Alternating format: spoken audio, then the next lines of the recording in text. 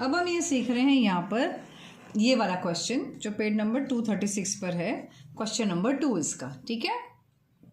अब question number 2 क्या बोलता है हमको, चलो लेट अस सी।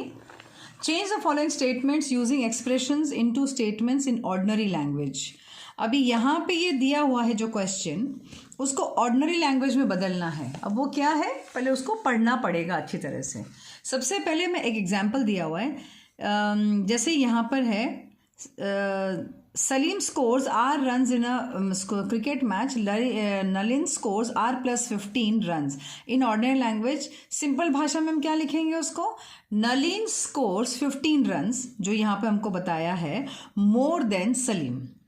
यहाँ पे हमको बोलना है भाई नलीन ने, जो नलीन है उसने सलीम से 15 ज़्यादा रन स्कोर किए हैं, तो प्लस 15, तो यहाँ पे हमने लिखा है भाई scores 15 runs more than Salim. इस तरह से हमको ये ऐसा सिंपल लाइन लिखना है। तो यहाँ पर ये दिया हुआ है अ नोटबुक कॉस्ट ₹P। तो यहाँ पे बोल रहा है कि अगर नोटबुक का कॉस्ट इतना है तो फिर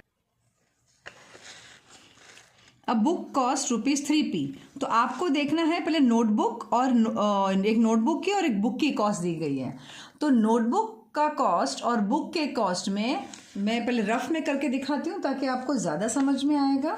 यहाँ पे जो बात हो रही है दैट इज़ नोटबुक की, जो पहला उसने क्या दिया हुआ, नोटबुक दिया हुआ है, और फिर बाद में किसका दिया हुआ है, बुक का दिया हुआ है। तो नोटबुक की जो कॉस्ट है दैट इज P, ये P है, एंड बुक कॉस्ट ₹3P। तो यानी ये P और ये 3P है। तो आपको अभी इसके बारे में बताना है, तो आप इसके लिए क्या लाइन यूज़ करोगे, तो a book cost 3 times more than notebook, ठीक है। 3 times नहीं, मोर देन नहीं, 3 times, क्योंकि 3P है ना, तो 3P मीन्स 3 times, तो 3 times ऑफ नोटबुक। ओके, वो सेंटेंस में लिख के दिखाती हूँ आपको, मुझे इसके बारे में लिखना है ना। तो अ बुक कॉस्ट, ये 3P की जगह मैं लिखूंगी थ्राइस। तो यहाँ पे 3P है, इसीलिए थ्राइस की जगह 3 times लिखूंगी। 3 times यानी 3 बार है ना ये, तो 3 times of the cost of notebook, of cost of notebook. ठीक है, बात समझ में आई। क्या लिखोगे, a book cost 3 times of cost of notebook. बात समझ में आ गई। अब नेक्स्ट वाले पे आते हैं। Tony puts Q marbles on the table. Table में टोनी ने Q मार्बल्स रखे हैं, ठीक है। Q मार्बल्स यानी कितने मार्बल्स रखे हैं आपको पता नहीं है, मगर Q मार्बल्स हैं। He has 8 Q marbles in his box. अब उसके बॉक्स में 8 Q मार्बल्स हैं। अब 8 Q मार्बल्स है मीन्स अब उसके बॉक्स में कितना है वो बताना है। तो हमको लिखना है टोनी हैज़, टोनी है लड़के का नाम, तो Tony has 8 times marbles in his box than on the table. Tony's box contains 8 times more, marble, 8 times marble than on table. 8 times more marble than on table. ठीक है, बात समझ में आ गई। चलो अभी नेक्स्ट वाला सीखते हैं। अभी नेक्स्ट वाला क्या बोल रहा है ये,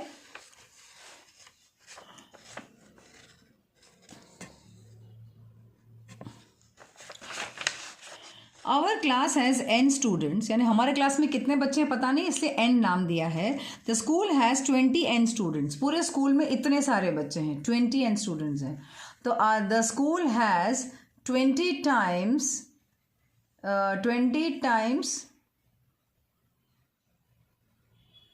N students in our school. अरे हाँ, मैं पहले वाले आंसर में Tony's box contains 8 times more marbles,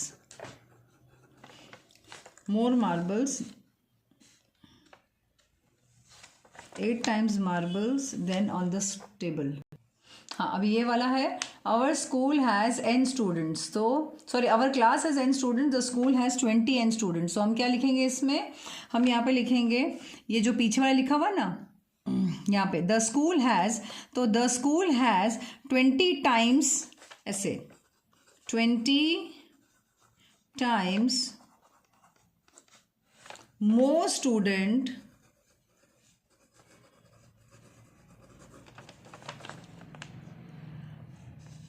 than in our class।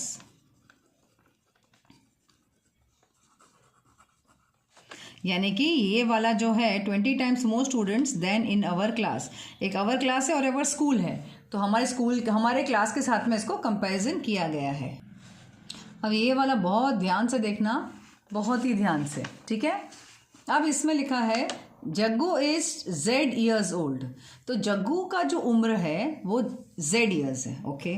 इसके बाद उसने बोला है his uncle is 4Z years old, यानी जो उसके अंकल हैं जग्गू के वो 4Z यानी 4 टाइम्स है, यानी 4Z है मतलब 4 टाइम्स अंकल का एज है जग्गू के कंपेयर में। And his aunt is 4Z minus 3 years old, तो पहले हम इसके अंकल का लिखते हैं, हिज अंकल्स एज। तो यहाँ पे जग्गूज अंकल एज लिखूँ या हिज अंकल एज लिखूँ, तो मैं जग्गूज अंकल एज लिखती हूँ यहाँ पर। तो जग्गूज अभी अंकल एज इज 4Z है, तो 4 टाइम्स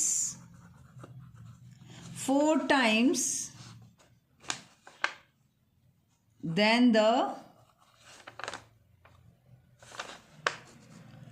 4 टाइम्स देन जग्गू, मैं यहां पे लिख लेती हूं देन जग्गू, ठीक है। ये इतना हुआ। एंड फुल स्टॉप नहीं लगाना है, भूल से लग गया। And his ants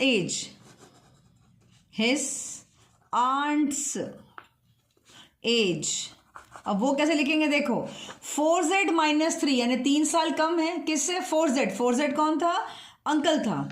3 years less than his uncle,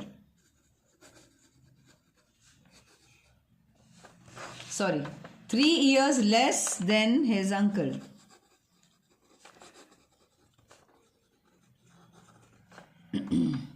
ठीक है, बात समझ में आया, ये इस तरह से इसका राइटिंग होगा, ओके। नेक्स्ट, अब इसका मैं थोड़ा मतलब पहले समझा देती हूँ तो शायद आपको समझ में आए।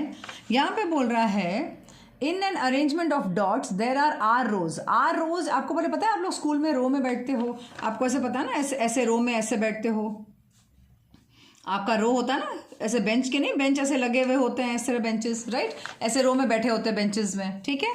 अब वो बोलता है आर रोज, मतलब पता नहीं कितने रोज हैं, पर रोज हैं। ईच रो कंटेन्स 5 डॉट्स, और हर एक में 5 डॉट्स हैं। हर एक रोज में कितने डॉट्स हैं, 5 डॉट्स हैं। तो अभी यहाँ पे हमको इसका आंसर क्या निकालना है।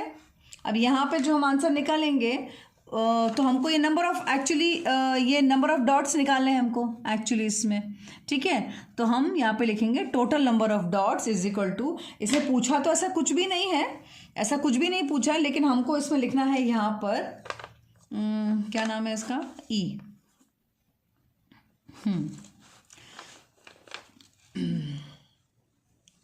हम लिखेंगे यहाँ पे total number of dots are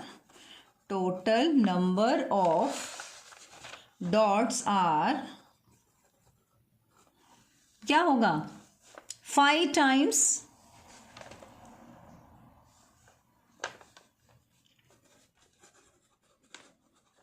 5 times, क्योंकि यहाँ पे इसने 5 डॉट्स बोला ना, ईच रो कंटेन्स 5, तो 5 टाइम्स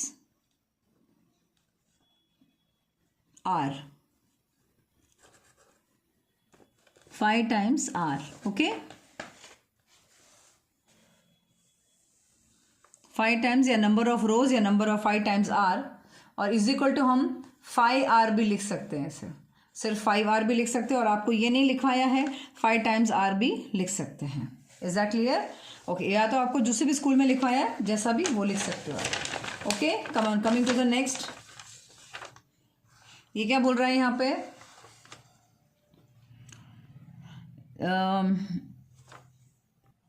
अब इस क्वेश्चन को पढ़ो। Given Munna's age to be X years. अब मुन्ना नाम का कोई लड़का है, उसको X ईयर्स बोला गया, भाई उसको जो एज है वो X दी गई है। तो can you guess what X minus 2 may show, तो X माइनस 2 क्या होता है। अब यहाँ पे हिंट दिया है, थिंक ऑफ मुन्नूज यंगर ब्रदर, तो मुन्नू का शायद कोई छोटा भाई होगा। तो अभी ये X माइनस 2 उसके भाई का हुआ, तो अभी यहाँ पे X माइनस 2 मतलब 2 ईयर्स कम है, तो Munna's younger brother's younger brother's age is equal is 2 years less than Munna या मुन्नू है, sorry Munnu. Is that clear? Munnu's younger brother's age is 2 years less than Munnu. Is that clear or not? ठीक है, ये मैंने मुन्ना कर दिया, उसको मुन्नू कर देना बस. ठीक है, okay. Then coming to the next यहाँ पे लिखा है guess what, can you guess x plus 4 what may show. तो x प्लस 4 एक्चुअली क्या हो सकता है, कोई इसका बड़ा भाई हो सकता है. तो हम ऐसे लिख सकते हैं Munnu's elder brother is 4 years more than Munnu. और यहाँ पे हम लिख सकते हैं 3x प्लस 7, ये शायद इसके पापा का एज हो सकता है. तो 7 years more than 3 times the age of Munnu. ठीक है, ये मैं पूरा लिख नहीं रही हूँ पर समझ जाना. अब यहाँ पे बी में सारा का एज आज है y years. सारा नाम की लड़की है, उसको y years नाम का दिया गया है. तो think of her age in the future और इन द पास्ट. अब उसी के बारे में फ्यूचर में और पास्ट में करना है.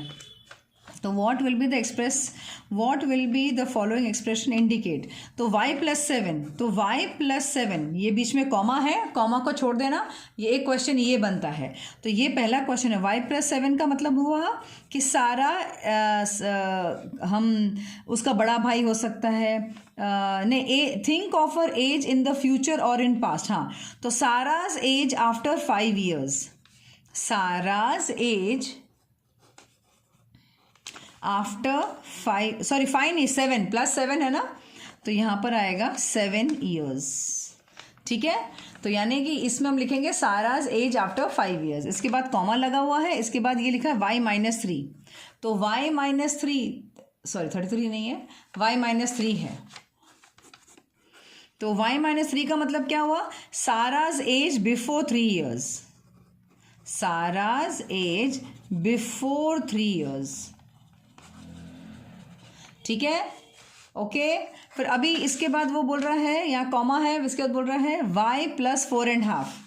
यहाँ पे लिखा है y प्लस 4.5, ये क्वेश्चन में लिखा हुआ है. तो Sara's age after 4.5 years, Sara's age after 4.5 years, यानी कि इतने टाइम के बाद. ठीक है, इसके बाद इसके बाद क्या लिखा हुआ है, y माइनस 2.5. तो यहाँ पे हम लिखेंगे y माइनस 2.5. तो यहाँ पे साराज एज बिफोर, माइनस है ना, यहाँ पे माइनस है, इसलिए बिफोर 2.5 years. बात समझ में आ गई. ये सारा के एज के बारे में बताया जा रहा था. ठीक है, तो ये सब में हमने लिखा है क्योंकि सब में कॉमा कॉमा कॉमा था ना, इसलिए. अब लास्ट वाला एक सी है, चलो वो भी देख लेते हैं. नेक्स्ट वाला जो यहाँ पर बोल रहा है भाई साहब, given n students in the class like football. यानी कितने स्टूडेंट्स है पता नहीं है, इसलिए उसको n बोला गया है. In the students like football के बारे में. व्हाट में 2n शो. तो 2n का मतलब क्या है ये बताओ. व्हाट में n/2 show. n/2 show, n क्या होता है. Think of the games other than football. यानी फुटबॉल तो दिया है, उसके अलावा कुछ और नाम दो. तो एक तो इन्होंने दिया है 2n और दूसरा इन्होंने दिया है n/2. ओके, एक 2n दिया और n/2 दिया. तो 2n हम लिख सकते हैं शोज, ये इज इक्वल टू नहीं डालना चलेगा. 2n shows number of students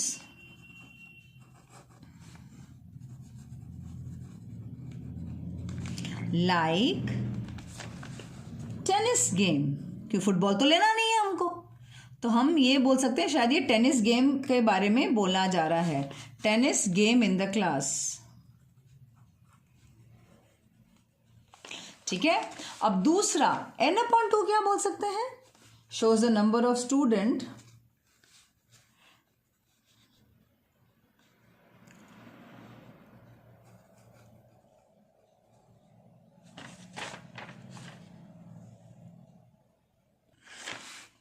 n/2 shows. अब देखो, हो सकता है आपके मिस ने कुछ और आंसर भी लिखाया हो, आपको जैसे मिस ने आंसर लिखा है वैसे वो कर सकते हो. ठीक है, चलेगा ना. Number of students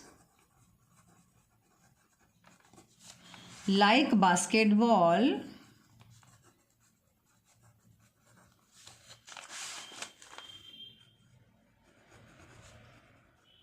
in class.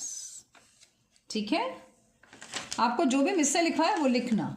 वैसे बता दूं तो मुझे मेरे हिसाब से ये वाला जो पूरा पोर्शन है ना, ये वाला जो 12.3 इतना मतलब ये वाला इतना इम्पोर्टेंट तो मुझे नहीं लगता है, फिर भी कर लेना एक बार। ठीक है।